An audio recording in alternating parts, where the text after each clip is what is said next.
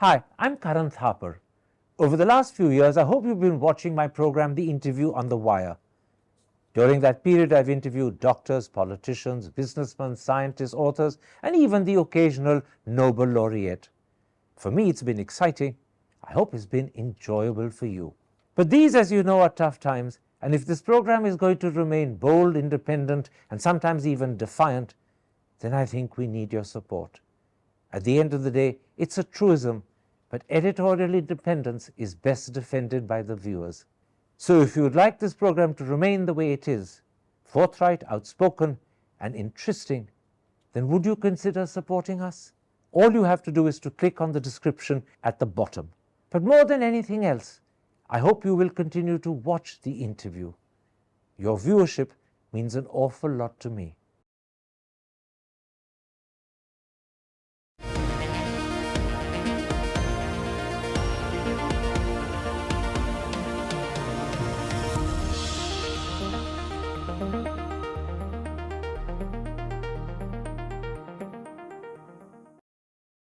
Hi, Karan. Season's greetings. How are you? I'm very well indeed, Mahua. How are you? Very well, and I'm quite excited to have you on the other side. And Quite it's excited for my sort of, not quite basting the turkey, but grilling Karan Thapar. Shall we start? I feel like a bird in a frying pan. We feel like that quite often when we're sitting across you. So it's high time that the roles were reversed. You know, Karan, whenever people, especially when I finish an interview with you, or even when people know that I know you, they'll come and ask me, they said, we like Karan and we are fans, but he's so uppity. Or they'll say, oh, he's such a barasab, or he's so English. But most of them will say, well, he's rather pushy and rude and aggressive, isn't he? So I always stick up for you and say you're not. But to all the people who think you're pushy and aggressive and rude, what would you say? Well, let me put it like this. I hope I'm not rude. I would be embarrassed if I were rude. In fact, I would be apologizing if I were rude, but I honestly don't think I am. What I am, however, is persistent and firm, and that would suggest that I'm assertive, not aggressive. And the reason I'm persistent and firm is that I do believe that if, as an anchor, you ask a question, you have a moral duty to get a credible answer. Audiences are listening to you. They've made time, they've made an effort to listen to your interview. They're watching you and hearing you, and they're pursuing the questions you're asking. So if you get an answer that you're fobbed off with, they're going to feel cheated. And I think you owe it to the audience that you give them an answer that is a credible one. Otherwise, why should they watch the interview? If you're simply going to get fobbed off with answers, the audience are going to say, well, this is a waste of time. Fair enough, fair enough. Now, this is obviously an answer which was longer than the question. But usually, the other criticism is that Karan's questions are always longer than the answers, and he interrupts a lot, so much so that people lose their train of thought. It's happened to me a couple of times. Now, people who know you get cross with you, and a few people who don't know you sometimes get a bit, thrown off track. So, what would you say to that? Are your questions longer than your answers? Do you interrupt? Do you do it to throw people off, or is that just your style? Well, listen to the question you asked. It would have taken you at least a minute and a half or two to deliver it, and that's because you needed context. You needed to substantiate the point you were making. There's no point asking the question if you haven't explained to the audience the basis on which you're asking it, and that is why questions become long. You need to contextualize the question you're asking. That requires giving a certain background, that requires a certain length of question, and not every question can be, do you really mean it? Why do you say that? Sometimes you need that context, which is why they become longer. When it comes to interruptions, there are, I suspect, three reasons why I interrupt. One, and obviously, when people are deliberately prevaricating, going off tangent, not answering, you owe it to the audience to bring them back because the audience is listening. They're wasting their time if you let someone just run away and talk pointlessly, not addressing, not answering the question you've asked. So that's the first reason, when people deliberately prevaricate and don't answer. The second time I interrupt is when there's confusion in what they're saying, a lack of clarity, because they've got themselves mixed up or they've confused two issues, and you need to clarify it, otherwise no one will follow what they're saying. And the third time is when people have said something that isn't necessarily clear. So if they say something like, I'm talking about JMA, you need to quickly interrupt and say, what's JMA? Because not everyone knows. Those are three types of interruptions. There is a fourth type, but it's not really an interruption. It's when you have an animated conversation with someone, and this happens in real life too. Two people talk together. They're not really interrupting each other. Their excitement, their enthusiasm, their passion is melding their answers together. That's not an interruption. That's the way people talk when they're excited and animated. So you put it down to the necessity of a good interviewer keeping people on track. Fair enough. And you say you interrupt when you're just excited and you try to make it a conversation rather than a sort of monologue on both sides. Okay. Fair enough. You're doing quite well, Karan. You're coming across quite well, I have to say. The other thing, this is going to be simply because I don't normally ask questions about people's sartorial tastes, but simply because you've often asked me about my saris and what I'm wearing. I'm going to say today you're wearing a very smart little half jacket and a polo, I see. But normally you wear these bow ties. Now, a lot of people in India have never seen somebody wear a bow tie. So what is it about you and the bow ties? Do you just do it to be different? Do you actually like wearing them? Do you just have a big collection that someone left you that you don't know what to do with? I like wearing bow ties. Let me be absolutely All honest. right. And I fell in love with bow ties at the Cambridge Union, where when you are speaking, you are required to be in what's called black tie, which is basically a Right. dinner jacket, what the Americans call a tuxedo, with a black tie. And I liked wearing bow ties. I taught myself how to tie a bow tie. So I absolutely insist each time I wear one that it's self-tied, not one of those ghastly ready-made affairs. And when I noticed that no one wore one in India, I deliberately chose to do so because I thought it would attract audiences. It would become a sort of signifying feature, and maybe it would be a way of being remembered. So if people recall the bow tie, at least some of my reasons are working out, aren't they? Just attention-seeking diva, basically, Karan. Right? Absolutely. There's no Right. doubt All about right, it. all Because right, then all right. I like it. I like it. Now you bring up the Cambridge, Union, and you were obviously president of it. And I read in your memoirs, you were very proud of it. You were friends with Benazir, who was also president of the union, I think, wasn't she? she was president of the Oxford Union at Of the the same Oxford time Union, I sorry. was Oh, president yeah, of the Cambridge of the one. Cambridge Union, exactly. No, that I know. But you were very proud of it. Now, is it the Cambridge Union just a glorified debating society where people wear dinner jackets and bow ties and strut about?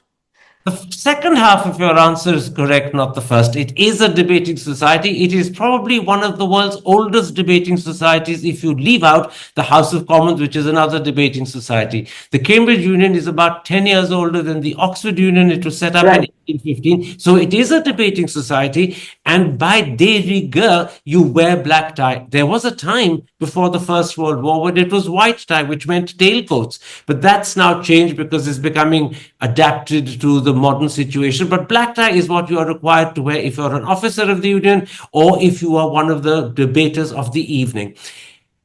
Is it glorified? I think it's justifiably considered very highly. Some of the world's most famous people who went on, including people like John Maynard Keynes, including people like British prime ministers of the past, have been members and presidents of the Cambridge Union. And in England, at any rate, where it's well known, becoming president of the union is a sort of stepping stone to a better career, a better job. It helps, it promotes you, it suggests that you're a person of a certain confidence and standing, that you've done well at the university, and that encourages people to want to take you on and give you a job.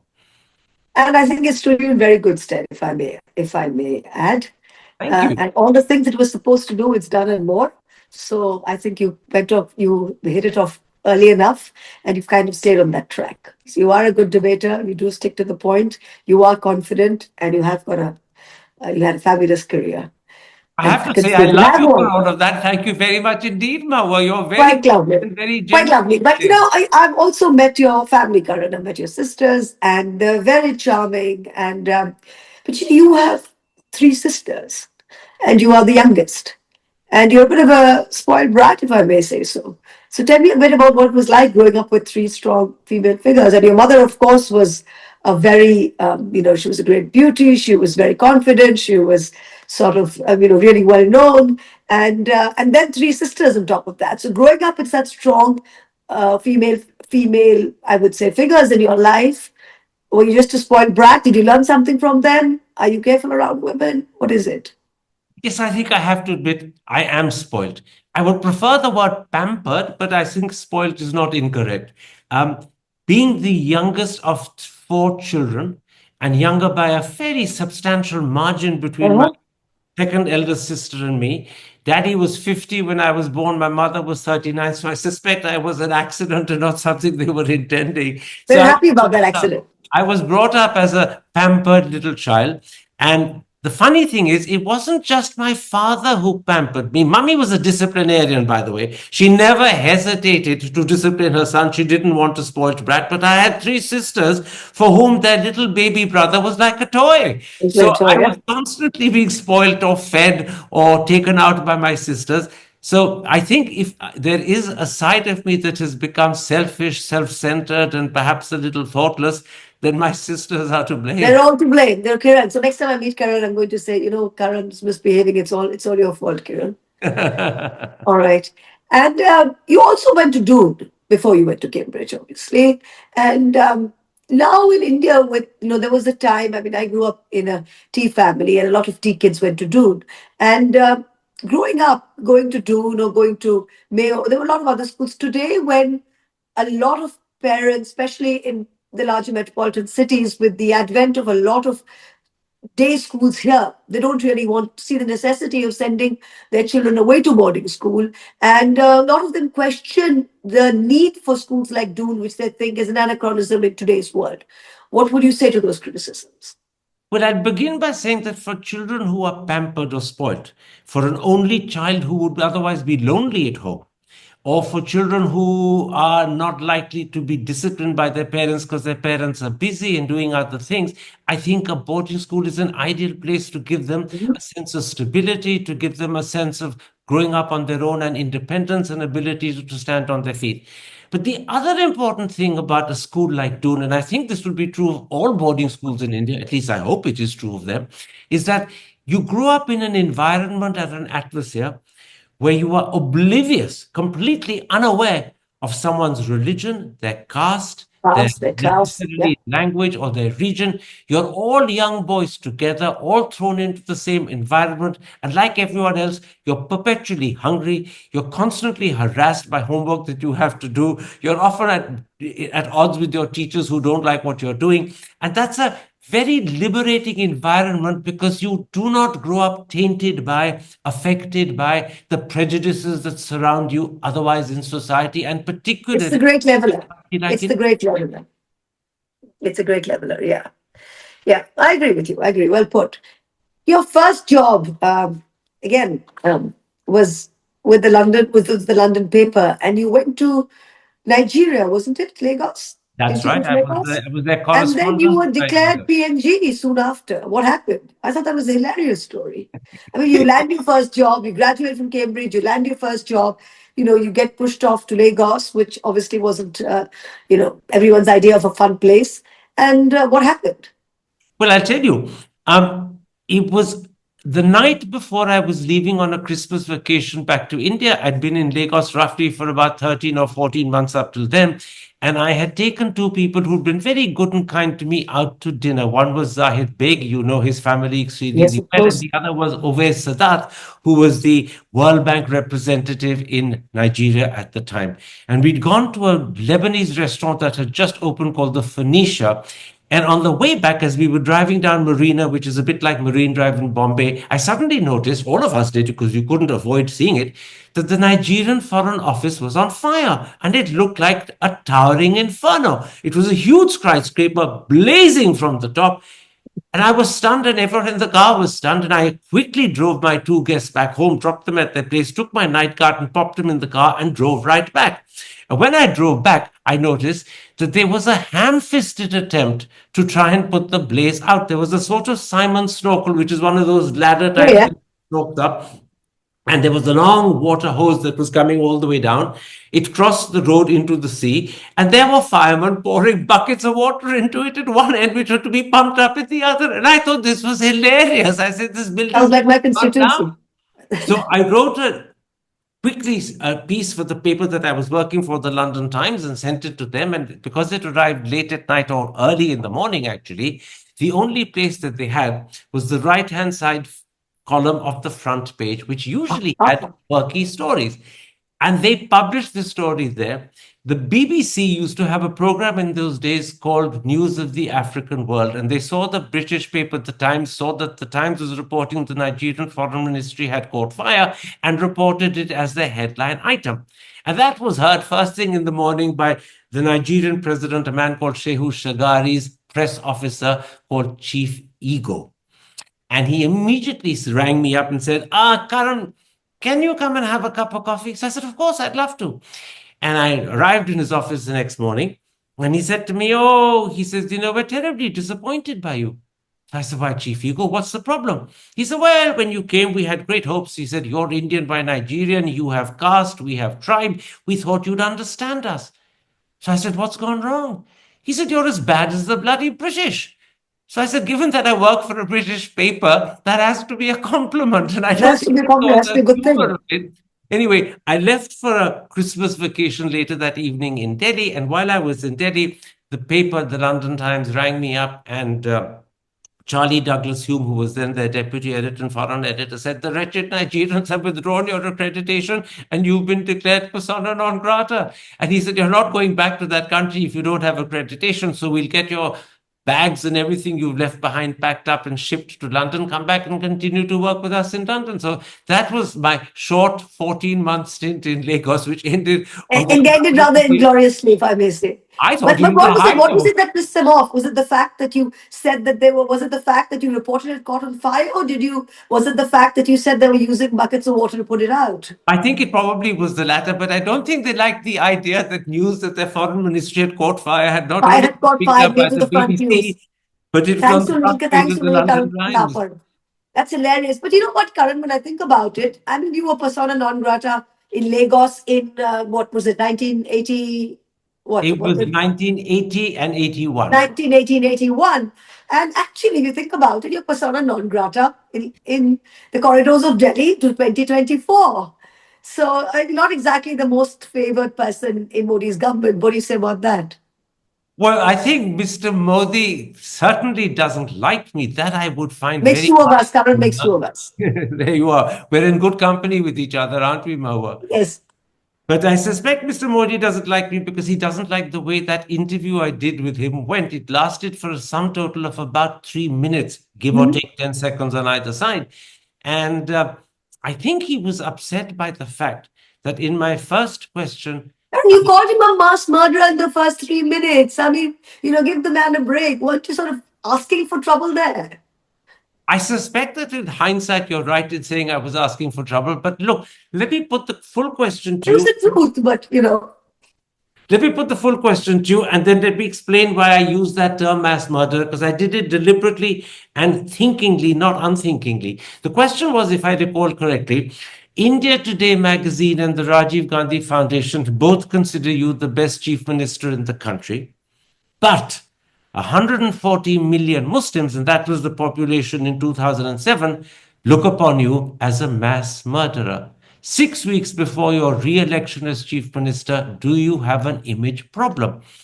And I thought very carefully about that term, mass murderer. Should I use it? I knew it would annoy and offend him. It would probably rile him as well. But I said, look, that is genuinely how Muslims think of him. Amongst themselves, they call him a mass murderer. Now, if I use a euphemism in its place and water down what they think of him, I'm not giving him the correct impression, nor am I giving the audience the correct impression. Secondly, even if the term is hurtful to his ears, he's a politician and it's his duty to respond to the way people generally think of him. He ought to know it and he ought to be able to take it. If that is the truth, I'm not going to hide the truth from him. So having thought about it carefully, I said, no, I will stick with that question and I will stick with that phraseology. And I therefore put to him this thought that 140 million Muslims look upon you as a mass murderer. Do you have an image problem? He didn't like it. And maybe that is the reason why after 3 odd minutes he walked away. But I think I was justified. At least that's what I would say. How's it been? I mean, but clearly hasn't forgotten it. He's come back as prime minister, and he's come back to Delhi as prime minister. And how have the last sort of 10 years been? Well, I I mean, never. you're not on any prime time show. I can understand because, I mean, we know the environment we operate in, and you're running a very successful show, but it's not exactly that you're on prime time TV and prime time networks don't touch you. And do you think it's still a fallout of what happened then? Oh, without any doubt. Ah, I suspect that the anger that was lingering inside Mr. Modi found an opportunity to emerge and ventilate itself after he became prime minister. And there's a wonderful story that Pavan Verma, the author and former diplomat and former MP, told me. He said during the campaign of the 2013-14 election, when Prashant Kishore was working very closely with Mr. Modi, Prashant had made him watch that 3-minute interview something like 20, 25 times because he said to Mr. Modi, you will come across many such instances where your questioning will be rough and you need to learn how to handle it. You cannot afford a repeat of what happened with. Prashant, Karan, I've heard that story. I'm not sure if that's myth or reality because clearly Mr. Modi hasn't taken that to heart. He's just not done any more interviews. No, so, well, that's also true. He didn't do any more so I don't think he's interviews. taken that to heart. He's just said, But, I but, don't know but, how the, true but, the, that but is the actual actually. point that Prashant made wasn't that he made him watch the interview 25 or 30 times, which you may or may not believe, but that Mr. Modi had said to him, after the interview ended, I kept Karan behind for an hour. I gave him mithai, I gave him tea, I gave him dhokla, and all of that is absolutely Maybe true. He did. During that 1 hour, I tried to persuade him to do the interview, to finish the interview, not to leave me with a 3-minute chunk, because the 3-minute chunk would be shown multiple times and become a story on its own. But Mr. Modi refused. And he then added to Prashant, the reason I, Narendra Modi, kept Karan for an hour is I wanted Karan to believe there was no ill will on my side. But, he added, this is the important bit, but I will. so, Karan, you've got But 10 let years me of finish. Let me PhD finish. status, No, no, but let me but you finish. had a Let me dhokla and a finish. laddu. I'm Let me interrupting. finish. I'm doing what you I do. know you're interrupting, but you're interrupting at the most important time. But he said to Prashant, I will get my revenge. Those famous words said by Prashant to Pavan were reported by Pavan to me. And I believe that's one reason why eventually from 2017-18 onwards, ministers stopped coming to my show. BJP spokesmen stopped coming to my show, something that Sambit Patra confirmed in so many words to me, something that people like Prakash Javdekar have confirmed to me, something that Arun Jaitley more or less confirmed to me. And I think this was done deliberately and decisively. It was a way of putting Karan in his place, and channels have thereafter been very reluctant to have me because they've been made aware that if you have Karan, we will boycott your channel. But you know what, Karan, you had a dhokla and a mithai, right, to make up, even if you had 10 years of boycott. And so I'm sure you've carved a niche for yourself, which you probably wouldn't have done if you had, been different. So whatever, I think it worked out okay in the end. But you say you're hard on the BJP and the BJP feel you're hard on them. Are you as hard on members of non-BJP parties? And I mean, I think you're pretty fair. You've been hard or harsh or at least fair and objective when dealing with me and other figures. But this is a criticism that is thrown at you, saying that you're a non-BJP person, which is why you give the rest of us a sort of easy ride. What do you Let say me to put that? it like this. There have been several members of non-BJP parties. I won't name all of them, but I'll name some of them that have been upset, offended, and felt Yep. ill at ease with my questioning and the interviews. Yeah. One of them is Mamta Banerjee. She didn't like the interview she did with me when she came, before she became chief minister. It was done for the BBC program Hard Talk India. Another is Jai Lalita. She was unhappy with the interview she did with me. That was, I believe, for Devil's Advocate, if I remember correctly. Maybe it was Hard Talk India as well. A third was Kapil Sibal.